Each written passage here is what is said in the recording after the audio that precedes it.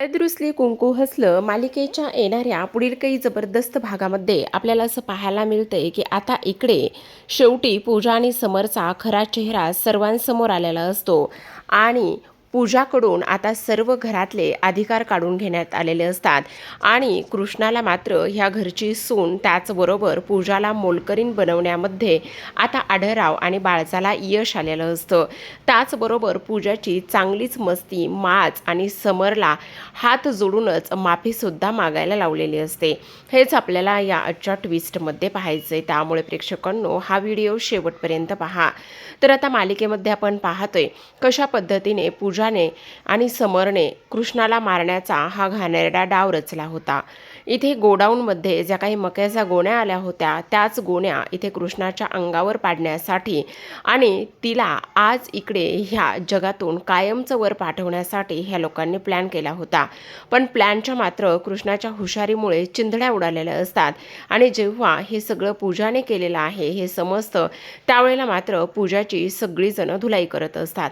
बाळजा तर सरळ सरळ तिच्या कानाखाली मारत असते आणि तिला जाब विचारत असते की तुझी एवढी हिंमत कशी झाली म्हणून। आढळरावांनी सुद्धा आता इकडे समरला चांगलं धुतलेलं असतं आणि त्यावेळेस मात्र सावित्री सुद्धा ह्या सगळ्या कटकारस्थानामध्ये सामील होती। सावित्रीला असं वाटत होतं की नाही काही जरी झालं तरी सुद्धा आपण इथे अगदी सुखरूप सुटू, पण अजिबात तसं झालेलं नसतं। मग आता आढळराव घरचे एक मोठे कर्ते पुरुष म्हणून खूप मोठा निर्णय घेतात।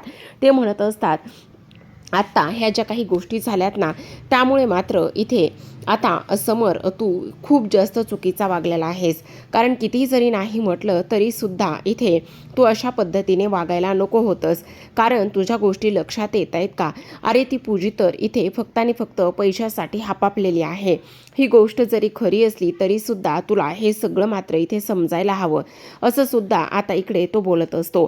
पण आता मात्र इकडे तो म्हणत असतो नाही हे सगळं पूजीचं कटकारस्थान होतं, यामध्ये मला काहीच माहिती नव्हतं। पण सावित्री मात्र माती खाते आणि म्हणत असते असं काय करताय जावई बापू, ह्या सगळ्या गोष्टी तुम्हाला सुद्धा माहिती होत्या, ह्या सगळ्या गोष्टीमध्ये तुम्ही तेवढेच जबाबदार होता। मग आता कृष्णा म्हणत असते ह्या अशा तुमच्या वागण्यामुळे आणि हे असे कटकारस्थान केल्यामुळे तुमच्या लक्षात येते का मी तुमच्यासोबत काय करू शकते म्हणून। या मला जीवे मारण्याच्या ह्या प्रक्रियेमध्ये मी तुम्हाला कायमस्वरूपी पोलीस स्टेशनमध्ये पाठवू शकते, तुम्हाला जेल होऊ शकते आणि त्याचबरोबर कायमचं जेलमध्ये तुम्ही सडू शकतात। आणि तेव्हा मात्र इकडे आता सावित्री रडण्याचं नाटक करत असते, डोक्याला हात लावत असते आणि म्हणत असते कृष्णे कृष्णे असं करू नकोस, तू जर असं केलंस तर तुझ्या बाला तू काय उत्तर देणार आहेस? हे बघ ती चुकली मान्य, पण तिच्या वतीने मी तुझ्या माफी मागते, मी तुझ्या पाया पडते, असं करू नकोस ग, असं करू नकोस ग। हे बघ जर असं केलंस तर काय होणार आहे हे तुला समजतंय का? तेव्हा मात्र कृष्णा म्हणत असते आहे जर तिने केलं तर ते सगळं चांगलं आणि मी केलं तर ते वाईट। अगं ती तर माझ्या जीवावर उठली होती, तिने मला जीव मारण्याचा प्रयत्न केला, एवढं सगळं करून सुद्धा तू अजून तरी मला असं बोलतेस, तुझी हिंमत कशी होते हे सगळं काही बोलण्याची?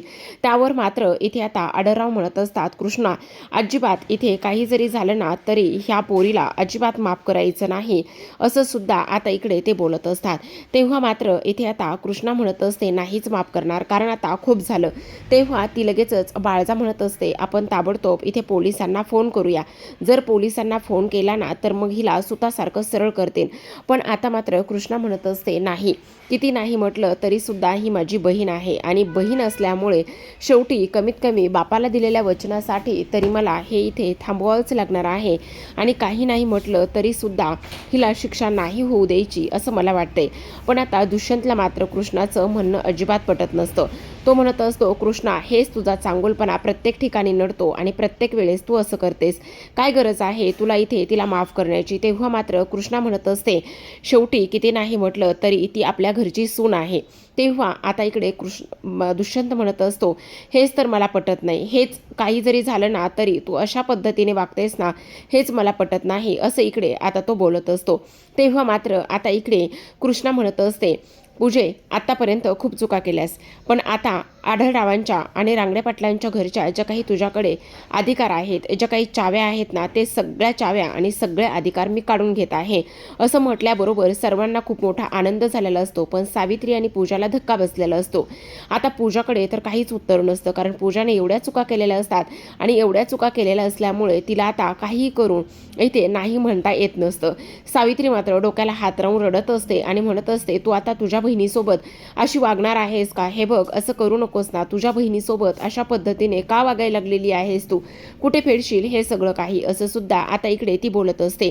तेव्हा मात्र पूजा म्हणत असते, आई तू जरा गप्प बस. पण कृष्णा म्हणत असते, आई अजून तरी मला असं वाटतंय की हे सगळं जे काही मी करते ना, ते अगदी बरोबर करते, काही एक चुकीचं करत नाही. मग आता सावित्री पुन्हा रडत असते. तेव्हा मात्र आता इथे बाळजाबाई म्हणत असतात, मला तर असं वाटतंय ना की ह्या सगळ्या गोष्टीमध्ये तुम्ही सुद्धा तेवढ्याच जबाबदार आहेत. लेकीला नाही तर कमीत कमी तुम्ही तरी तिच्यावरची शिक्षा भोगा आणि त्यानंतर तुम्ही तिच्यावरची शिक्षा भोगल्यानंतर तुम्हीच जेलमध्ये जा, असंच मला वाटत आहे. असं सुद्धा आता इकडे ती बोलत असते. तेव्हा आता इकडे सगळेजण घरी येतात. सगळेजण घरी आल्यानंतर आता मात्र पूजाला आढळराव म्हणत असतात, पूजा जरी तू इथे ह्या सगळे अधिकार आणि ह्या सगळ्या गोष्टी काढून दिल्यास ना, किंवा तुझ्याकडून सगळे अधिकार जरी काढून घेतले ना, तरी सुद्धा एक गोष्ट मात्र नीट लक्षात ठेवायची, ध्यानात ठेवायची. काही जरी झालं ना तरी सुद्धा इथे तुला तोपर्यंत आम्ही माफ करणार नाहीत जोपर्यंत तू ह्या सगळ्या घरची कामं करत नाहीस. तुला चक्क इथे पूजाने जरी अधिकार काढून घेतले असले तरी सुद्धा तुला ह्या घराची मोलकरीण बनावं लागणार आहे, असं आढळराव स्पष्टपणे सांगत असतात.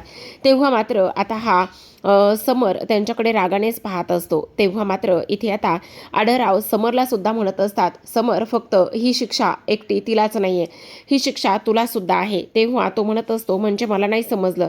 त्यावर आढळराव म्हणत असतात, कारण गुन्हा एकट्या पूजाने नाही केला तर ह्या सगळ्या गोष्टीमध्ये तू सुद्धा सहभागी होतास. मग आता इकडे बाळजा म्हणत असते, हो आढळराव तुम्ही अगदी बरोबर बोलताय, कारण किती नाही म्हटलं ना तरी सुद्धा ह्याला सुद्धा आता त्याच्याकडे दिलेले अधिकार आणि त्याचबरोबर ते सगळं काही काढून घ्यायचं, ह्याला सुद्धा अजिबात माफ करायचं नाही, असं सुद्धा आता इकडे ते बोलत असतात. तेव्हा आढळराव म्हणत असतात, हो जे काही त्याच्याकडं इथे पोल्ट्री फार्म, शेती आणि हे सगळे काही दिलेलं होतं ना, ते सगळं त्याच्याकडून काढून घेण्यात येत आहे. आणि त्याचबरोबर आणखी एक महत्त्वाची गोष्ट, आत्तापर्यंत दुष्यंत बरोबर आणि पूजा बरोबर कृष्णाबरोबर ज्या ज्या पद्धतीने तुम्ही वागलात त्या पद्धतीने सगळी काही माफी मागायची आहे. आता इथे दुष्यंत म्हणत असतो, बाबा एक वेळा माझी माफी नाही मागली तरी सुद्धा चालेल, पण कृष्णाची मात्र माफी मागितलीच पाहिजे, असं सुद्धा आता इकडे दुष्यंत बोलत असतो. तेव्हा मात्र इथे पूजा रडायला लागत असते आणि कृष्णासमोर हात जोडत असते आणि म्हणत असते, कृष्णा हे बघ, तू आत्ता जे काही बोलतेस ना ते जरी खरं असलं तरी सुद्धा एक गोष्ट मी तुला सांगू का, हे बघ काही जरी झालं ना तरी सुद्धा इथे मात्र मी ह्या सगळ्या गोष्टी नाही काही केलेल्या, मला माफ कर. आणि मी तुझी धाकटी बहीण आहे ना, आणि तुझी धाकटी बहीण असून सुद्धा तू माझ्यासोबत अशा पद्धतीने वागणार आहेस का, असं सुद्धा आता इकडे ती बोलत असते.